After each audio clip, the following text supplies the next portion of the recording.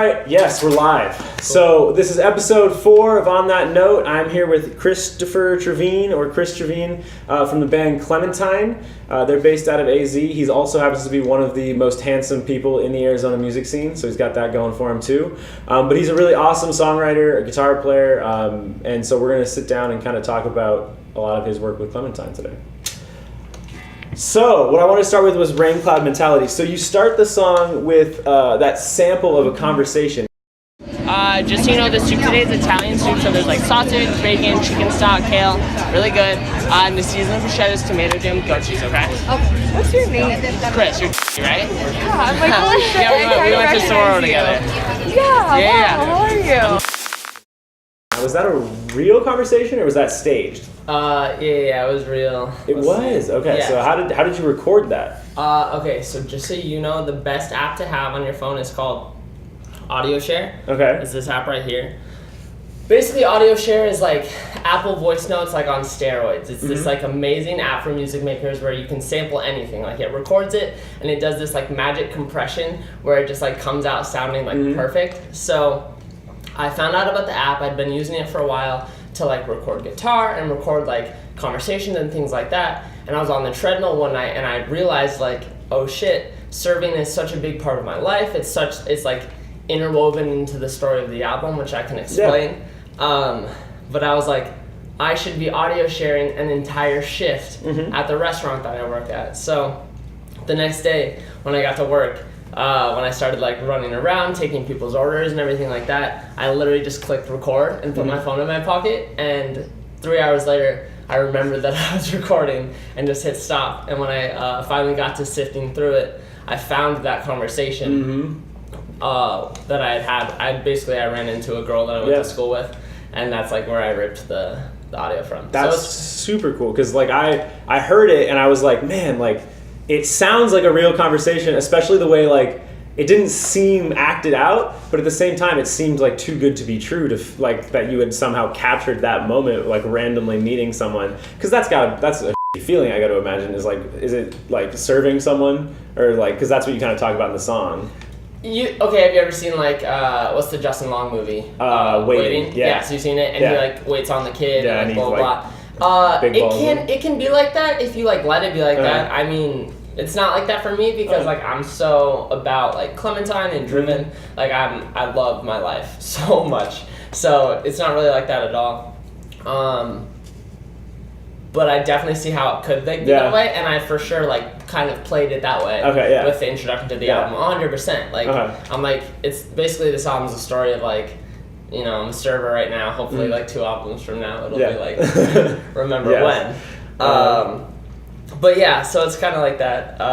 And then also the other funny thing about it is it's kind of weird, right? That I like included that and like she's in it. So of course I like staticked out her name. And I actually sent her an Instagram message and I was like, hey, just so you know, blah, blah, I included this. She did not write me back. I don't know if she saw it. I'm assuming if she saw it, she thinks it's super weird, which is fine. Like it is weird, but so that's that, But yeah, it's certainly a perfect tone setter for the song. Not only for the fact that it deals with exactly what you're talking about in the song, but because like for me at least, hearing it, because I listened to the whole album all the way through, and it just seemed like such a good moment of like, okay, like how much, how in control is he of this narrative? Like, was it an acted thing or was it just by chance? And like, so it kind of started me off on a foot of like, I was kind of on the lookout for like how much you were trying to trick me on the album, kind of. If there was any element of that, so it was cool because it started off on a good foot of like uncertainty, where I was just kind of like, let's see here where this goes. So that was dope. But then you go into those chords.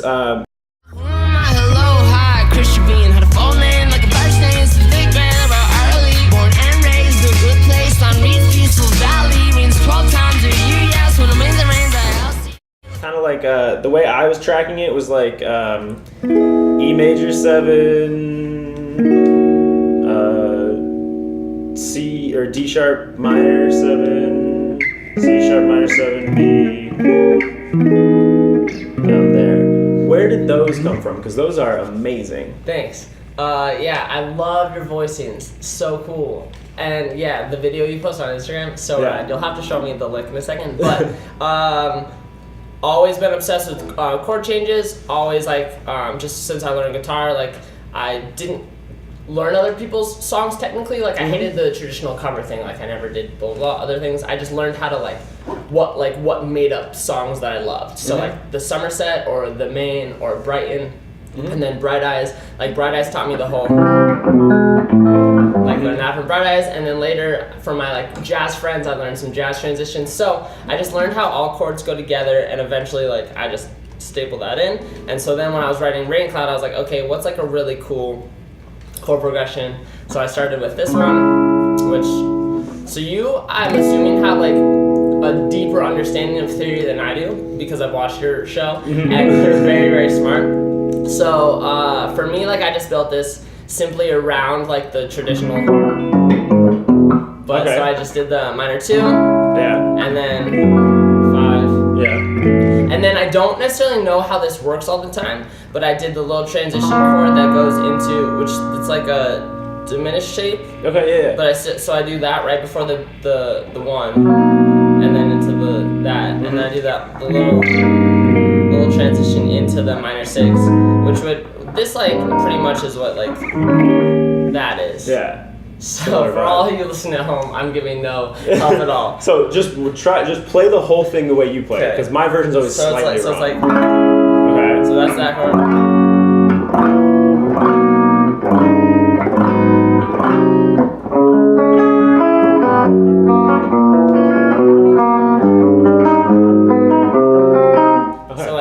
And that's basically the whole idea. And then I just made I did the bass too, and I just did the bass around that. Yeah, let's talk about the like all the layers of like noises you have going on, because this song is, along with having like some great composition from the chord perspective, you do a ton of textural stuff with like some sound effect kind of things. There's like the rain cloud stuff. You got some like really long reverse vocal trail things, as well as just other like sound design-y type sounds. Right.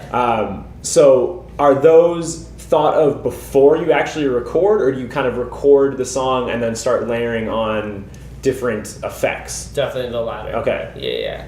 I wish Christian were here. The song was very 50-50. Yeah. I wrote, and I forget like if the lyrics came. I don't think they did. I think I literally made the guitar part before the lyrics. I think so. I really don't remember. But so anyways, I went over to Christian. This was like a while ago, because Christian and I weren't living together. We've been living together since October of last year. But I went over to where he was living. I recorded the guitar. Just like DI guitar, just like I was like, I came up with this chord progression, like check it out, blah blah blah, and I recorded like 6 tracks, like lead part, bass part, blah blah blah, just did everything, and then left it, and like we didn't really touch it, and then weeks later he was like, yo, I like with that thing you made, check it out, and he totally like just like mangled it to what you hear now. It's like has a beat on it, and like he like synthesized the guitars and like did all. You got those like octave up guitars at times that are kind of coming through. Yeah, and I was like, this is so tight. And that's so that's the magic of what Christian does. Like he does like just amazing stuff like that, creative stuff that I like. He just does it in such a different way than I would ever think about, so it's amazing.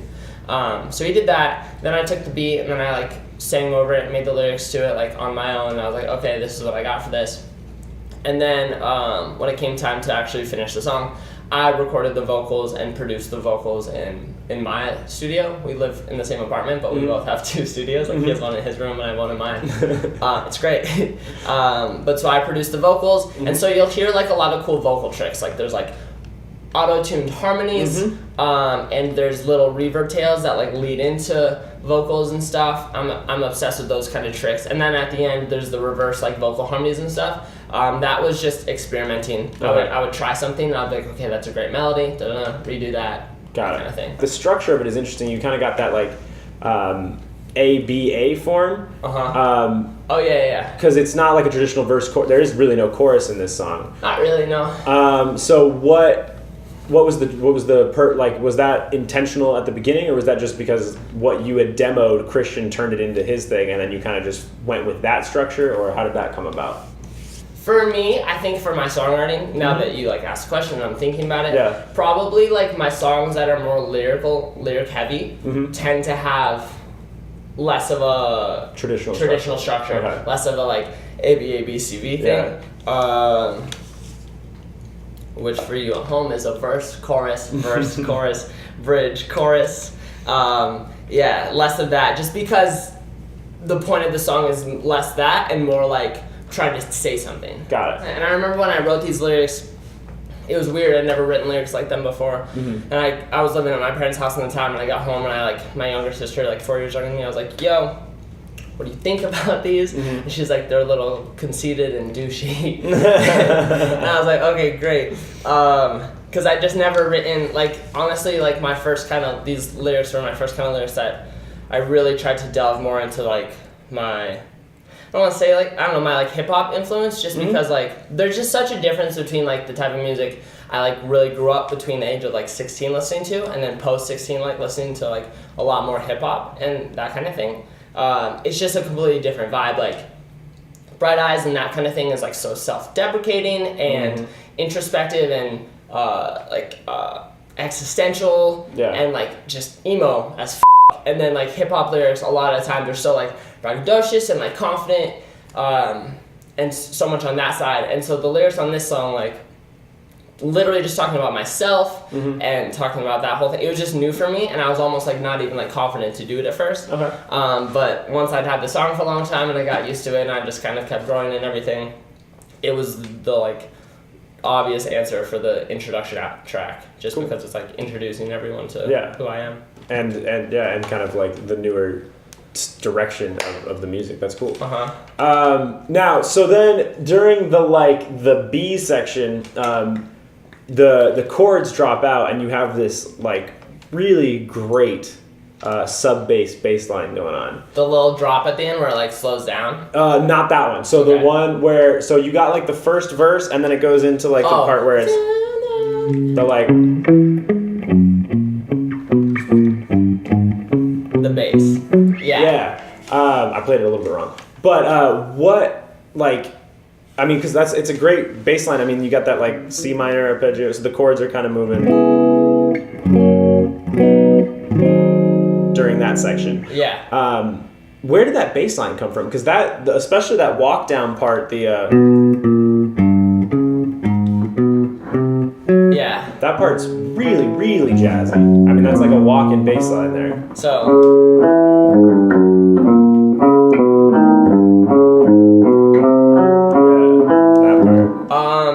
Just me. It's just like I just follow the chords. Like I literally just follow the same chords and just try to be like melodic with it. I honestly came up with it like on the spot right away. Like nice. It's not. Yeah, but it's just shapes. Like it's literally just like it's just. But they're good shapes. Yeah, but I don't know. It's just like so you have your like that and then like that classic little thing, and then the shape. That's cool. That's it. Yeah, it sounded really great as a bass. Like, 'cause it's actually a guitar. Was it? Okay. And then we just like pitched it way down. Yeah. Because it's so low and so. That's Christian's magic producing. Yes. Okay. Got it. Because I like when I was listening to it, I was like, I can feel the chord changes, but I couldn't quite make out the notes of the bass. So what I actually did to kind of figure them out was I actually pitched the whole song up an octave, just to be able to hear it. Because I was like, man, that must have sounded really fun. It was very chipmunky, but yeah, it was really cool. And then the bass line was like actually like not because I don't know what the word would be, but I could actually really make out the individual notes then. But so the chords do drop out there, and then is that just like like why? Yeah. Yeah, just production. Christian, I think Christian literally just decided to do that, and that's like also I think the lead kicks in at that point. Yeah, it's got like that like or exactly that part, yeah, which is cool. And so you're kind of letting the like I don't know. To me it seemed like a really cool moment of implied harmony, where you can't really hear the chords, but you can feel them, and you're definitely singing to them. But yeah, so that's a cool way of writing. Yeah. Because I very rarely do that, so it's always nice to hear like that's something that like gives me a bunch of ideas too. Yeah. Awesome. And then it does slow down. So that's kind of the outro section where you take just kind of the instrumental guitar. Because you do change the chords slightly at the outro, right? Before it slows down, or no? I'm not sure. Okay. Do I? It sounded like it did, but I my ears could be misleading me. I really don't know. Okay. Don't think so, but like you could be right. I'm sorry. No, you're fine. And then the slowdown thing with the kind of the high pitched auto-tuned vocal over it. Where did that come from, or like what was the choice behind that? That's completely inspired by Earl Sweatshirt. Have you ever listened to any of Earl's music? Yeah. So like I don't like his album.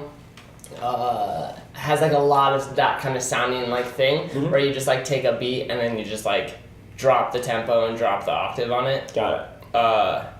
So that like it just came from that. It's pretty classic right now in like in a hip hop song or something like that at the end of the song, like we didn't invent that. I heard it in 10 songs before, and then I was like, that's tight. I'm doing that. So it's the same instrumental, just dropped down, and then. But as far as like coloring the narrative with it and everything, there's the rain over it. Like I like put the rain sounds over it, and then the thunder hits on like good time. And then it has the kind of like I don't want to be a server, like the whole I don't want to be a server thing. So the one melody thing I want to pick out from it, because there's a lot of great melodies in the song, but the one that really stood out to me was the I don't want to be a server part where you. Yeah.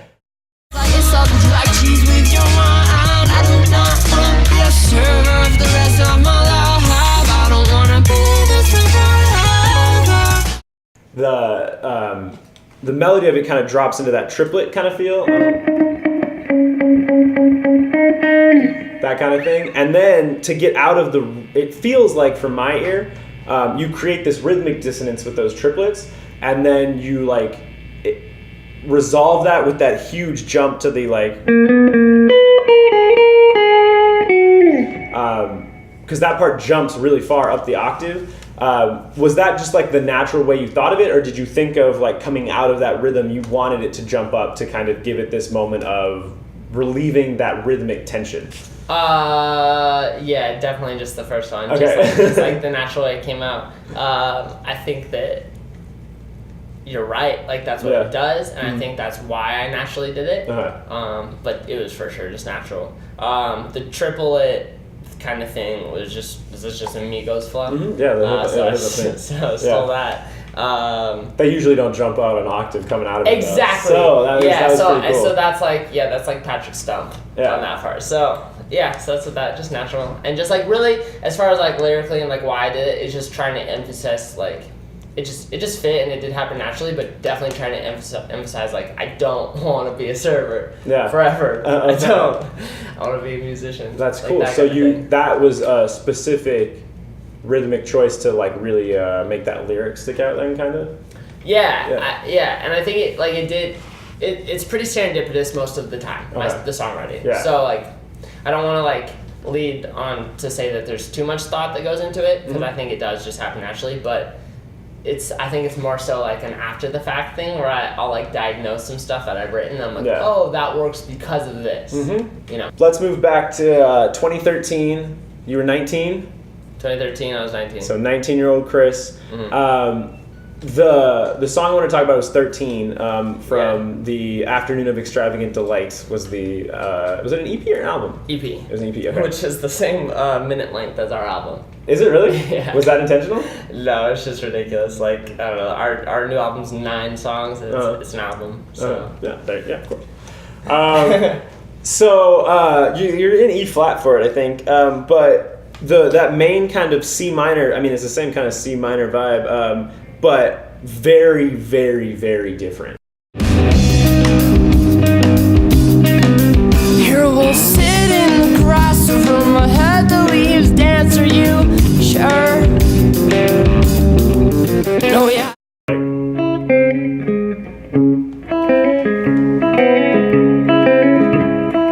That sounds like Westworld. That's hilarious. It does actually. That like train melody.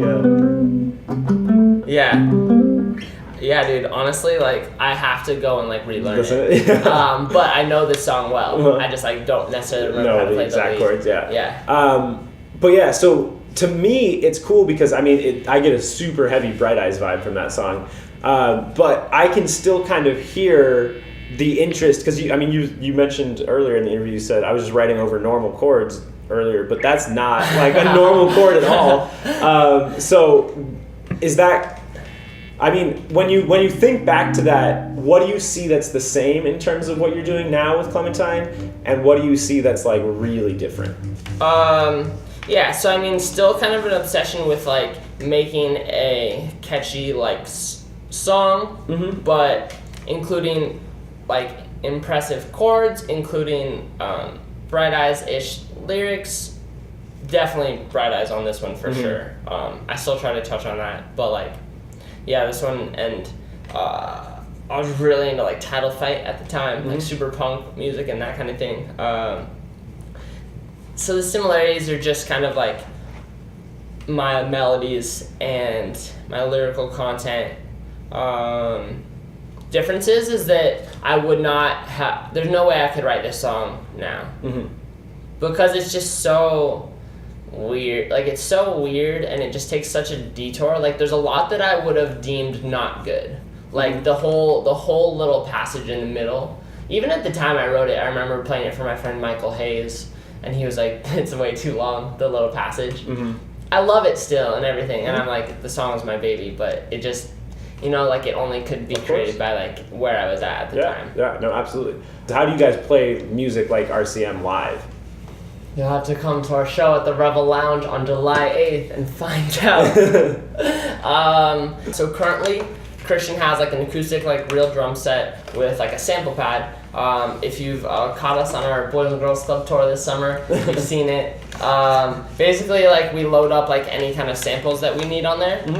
Plus, he plays his live drums, so that gives like a fun element to it. Because you're right, there's no acoustic drums on the album except for certain parts.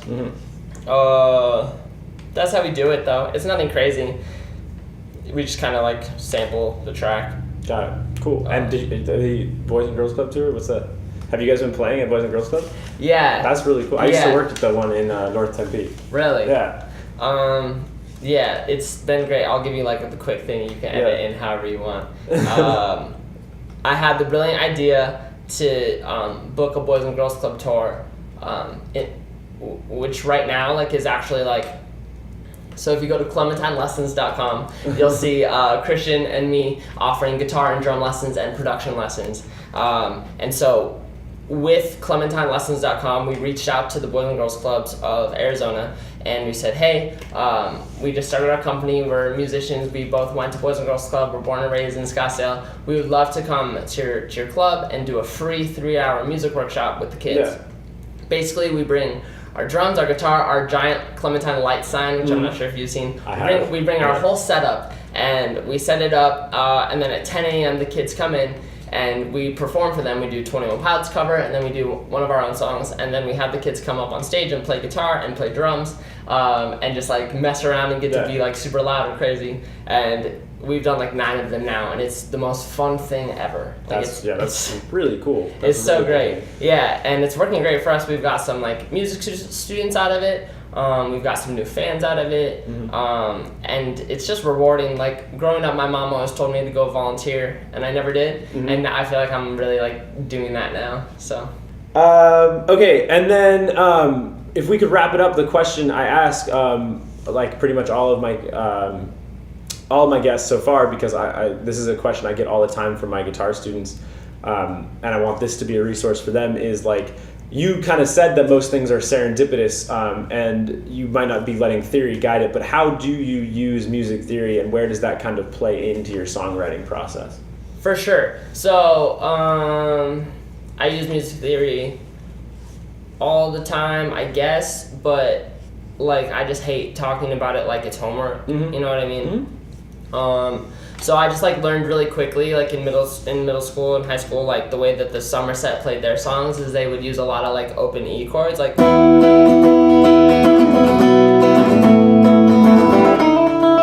I like learned those tricks, and then like learn like what sounded good. So I would like start writing songs just like them, and then I would learn Bright Eyes tricks, which would be like the whole C to E major thing, and then basically once I learned that, I learned how to transpose it. So like, so once I learned the tricks plus how to transpose them to any other key, then I started using those in my own songs. So for instance, like 13, you go from like the minor 6 to the major third kind of deal, 7. So that gives it kind of like, what did Alex Sanders called it, like a gypsy punk feel or something like that? Yeah. I don't know. And then so, how do I use it? I don't know. I just know like what chords like will do what thing. So if you were to build something really quick, like a cool verse for a song would like maybe be like the 4 to 5,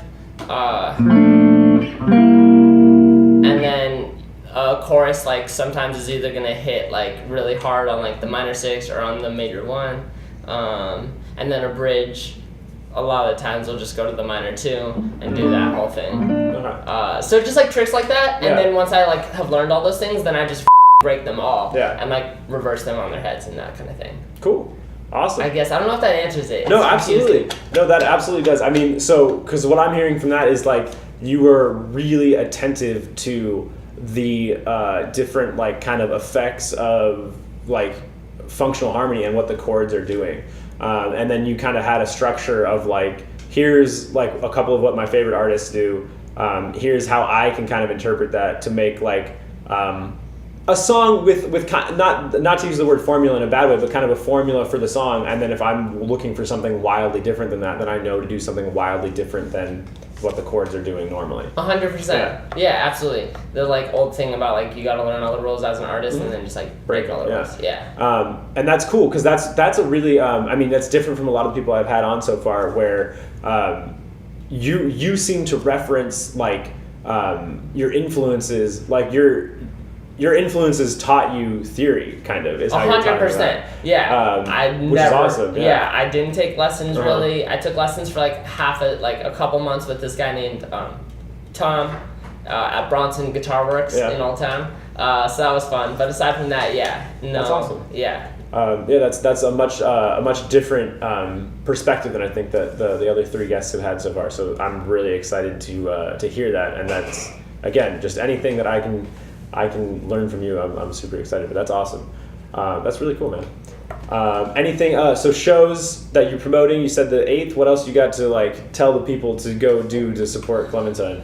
To support Clementine. Yeah. Well, you don't have to do anything if you enjoyed this podcast. What's the name of this podcast and it's everything called like that? On That Note. On That Note? Yeah. And so like youtube.com/On That Note?